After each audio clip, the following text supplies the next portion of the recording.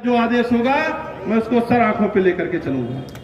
मेरे प्रत्याशी का जो आदेश होगा मैं उसको अपने जीवन चरित्र में उतारने का काम करूंगा।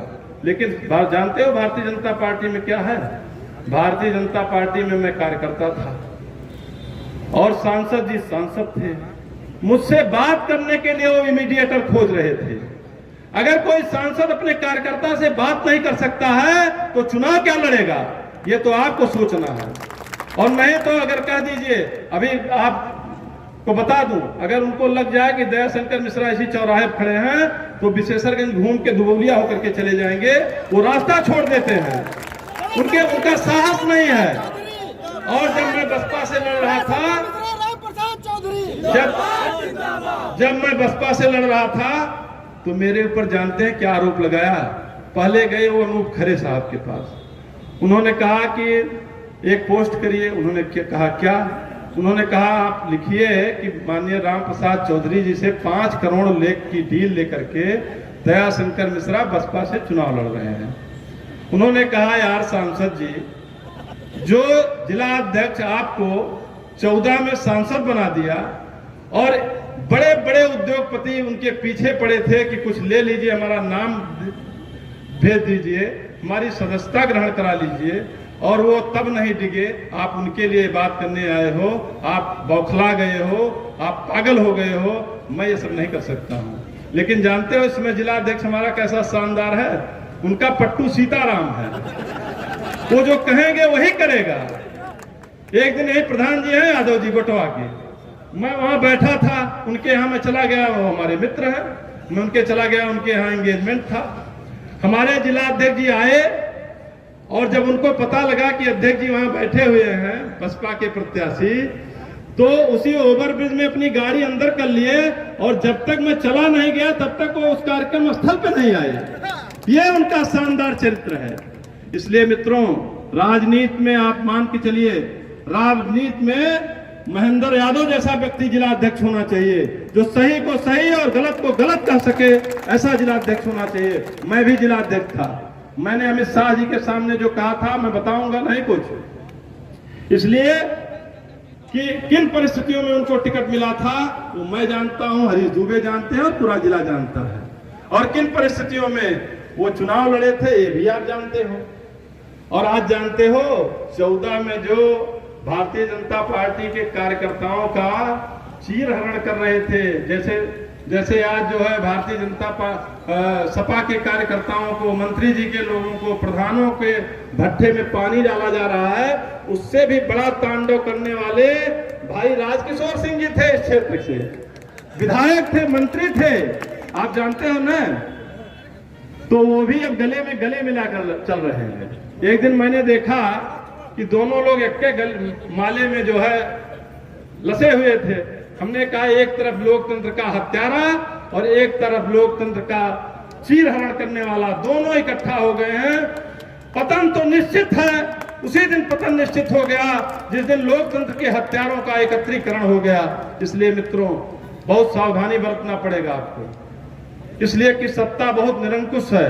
आप देख रहे हो, अगर प्रदूषण के नाम पर भट्टे में पानी डाला जा रहा है, प्रधानों को डरवाया धमकाया जा रहा है, तो आप समझ सकते हो कैसी सत्ता चल रही है। इसलिए कोई प्रधान जी लोग भी समझदार हैं, ब्लॉक प्रमुख लोग भी समझदार हैं, वो भी चाहते हैं कि 2-2.5 साल बचा हुआ इसको साले को निपटा दो, और जो है जो बजट है वो तो कम से कम मेरे पास रहेगा। तो इस स्थिति में सब लोग हैं, चिंता मत करिए, सब आपके साथ हैं। लेकिन ये अंदर की बात है, पुलिस हमारे साथ है। इस भाव में है वो लोग, वो लड़ेंगे नहीं, लेकिन बूथ पर आपके साथ खड़े रहेंगे। आज भारतीय जनता पार्टी का कार्यकर्ता भी उससे बहुत आहत है। जानते हो इसके पहले मंच पे क्या कहते थे? कहते थे कि भैया मैं आपका न्योता करने नहीं आ पाया, मैं आपके सुख दुख में नहीं आ पाया, मुझे क्षमा करिएगा, मैं बस्ती का विकास कर रहा था। तो मैं तो जब भाई बसपा से प्रत्याशी हुआ, हमने पूछा उनसे, हमने कहा भैया ये कौन सा विकास कर रहे थे? अरे विकास तो ये है, जब तक आप अपने परिवार का सुख दुख नहीं जानोगे तब तक विकास की परिकल्पना कैसे करोगे? जब आपको जनता के दुख सुख का पता नहीं है तो आप क्या विकास करोगे? पहला विकास तो ये होता है, व्यक्ति अगर अपने माँ बाप की सेवा नहीं करता है, तो समाज सेवा नहीं कर सकता है। अगर व्यक्ति जन नेता अपने क्षेत्र की चिंता नहीं कर सकता है तो क्षेत्र के लिए कोई योजना नहीं बना सकता है। इसलिए मित्रों, मेरा आपसे निवेदन है कि भाई हरीश द्विवेदी के कामों को आपने देखा है, उनके विकास को आपने देखा है, उनके सारे कुकृत्यों को आपने देखा है। मैं उसका गवाह हूं, जहां आप कहोगे एफिडेविट के साथ खड़ा कर दूंगा। मैंने तो उनके 10 साल की सांसदी भी देखा है और उनका बुरा दिन भी देखा है। तो इसलिए आप चिंता मत करिएगा। लेकिन वो गुमराह करेंगे, अभी गुमराह करेंगे, जाति के नाम पर गुमराह करेंगे, अगड़े पिछड़े के नाम पर गुमराह करेंगे, धर्म के नाम पर गुमराह करेंगे, राम मंदिर के नाम पर गुमराह करेंगे। राम मंदिर तो भैया सबका है, भगवान राम हमारे भी हैं, आपके भी हैं। राम तो किसी की पेटेंट तो है नहीं, भगवान कृष्ण किसी की पेटेंट तो है नहीं, भगवान शिव किसी के पेटेंट तो है नहीं, वो तो सबके हैं ना। वो लोक कल्याणकारी हैं, उन्होंने आदर्शों की स्थापना की है। तो हम आदर्शों पर आप चल नहीं सकते हो तो उनका नाम लेकर के क्यों वोट मांगते हो भैया? अगर आप उनके आदर्शों पर चले होते तो आपको वोट मांगने की जरूरत नहीं थी। आप तो लोकतंत्र की हत्या कर रहे हो, अपने कार्यकर्ताओं की हत्या कर रहे हो, और बाप एक बस्ती जिले के एक बदनुमा धब्बा हो जो अपने लोगों की, अपने कार्यकर्ताओं की रक्षा सुरक्षा नहीं कर सकता। वो जनता की सुरक्षा क्या करेगा? अगर वो कार्यकर्ताओं के प्रति जवाबदेह नहीं है तो किसी के प्रति जवाबदेह नहीं है। मैं इतना ही निवेदन कर रहा हूं कि जब आप दोनों विचारधारा पे भी आप जाओगे और प्रत्याशी के रूप में भी जाओगे तो उसमें इंडिया गठबंधन में अखिलेश यादव जी के चरित्र को और राम प्रसाद जी के चरित्र को जब एक तराजू में रखोगे तो कहीं इससे प्रसंगे में भी नहीं ये लोग खड़े होंगे। चाहे हरीश द्विवेदी का चरित्र हो, चाहे इस उत्तर प्रदेश और देश की सरकार का चरित्र हो। अमित शाह जानते हो क्या थे? मैं कुछ कहना नहीं चाहता हूं, लेकिन वो क्या थे आप भी जानते हो। तो वो जो थे वही गृह मंत्री होकर रह गए।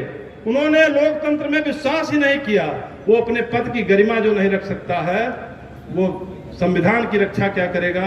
मेरा आपसे हाथ जोड़ करके निवेदन है, हर्रैया ने अगर उनको जिताया था अगली बार तो जो मार्जिन उनकी हर्रैया में थे उससे जब आप ज्यादा मार्जिन दोगे तो हर्रैया की विजय होगी और लोकतंत्र की विजय होगी, राम प्रसाद जी की विजय होगी। मैं इन्हीं शब्दों के साथ कि आप इस लड़ाई को अपनी लड़ाई माने। राम प्रसाद जी के तमाम हम सब आप उनके पुत्र जैसे हैं। उनका राजनीतिक जीवन और आज का जीवन भी इतना सरल और सहज है। हमको उनको दौड़ाना नहीं चाहिए, ये लड़ाई हमको लड़नी चाहिए। उनको जितनी जरूरत हो, जहां बहुत जरूरी होगा मंचों पर, वहां वो आप जाएंगे। लेकिन ये लड़ाई आप अपनी लड़ाई मान के लड़िए। ये लड़ाई हम सब लड़ेंगे। ये माननीय मंत्री जी को मैं विश्वास दिलाना चाहता हूं कि आपको हम लोग दौड़ाएंगे नहीं, परेशान नहीं करेंगे। आप हमारे पिता तुल्य हो और जो पुत्रों का धर्म होता है वो सब हम निर्वाह करेंगे। आप अपने पिता के धर्म का निर्वाह करिएगा। इन्हीं शब्दों के साथ कि आप बहुमत से आपको लोकसभा में भेजें और आप एक शानदार शुरुआत, एक बस्ती को अच्छी बस्ती बनाएं, एक बस्ती को सुंदर बस्ती बनाएं, बस्ती को एक लोकतांत्रिक बस्ती बनाएं। इन्हीं शब्दों के साथ जय हिंद, जय भारत, जय समाज भारत। मैं अपनी बात समाप्त करता हूँ। जय हिंद।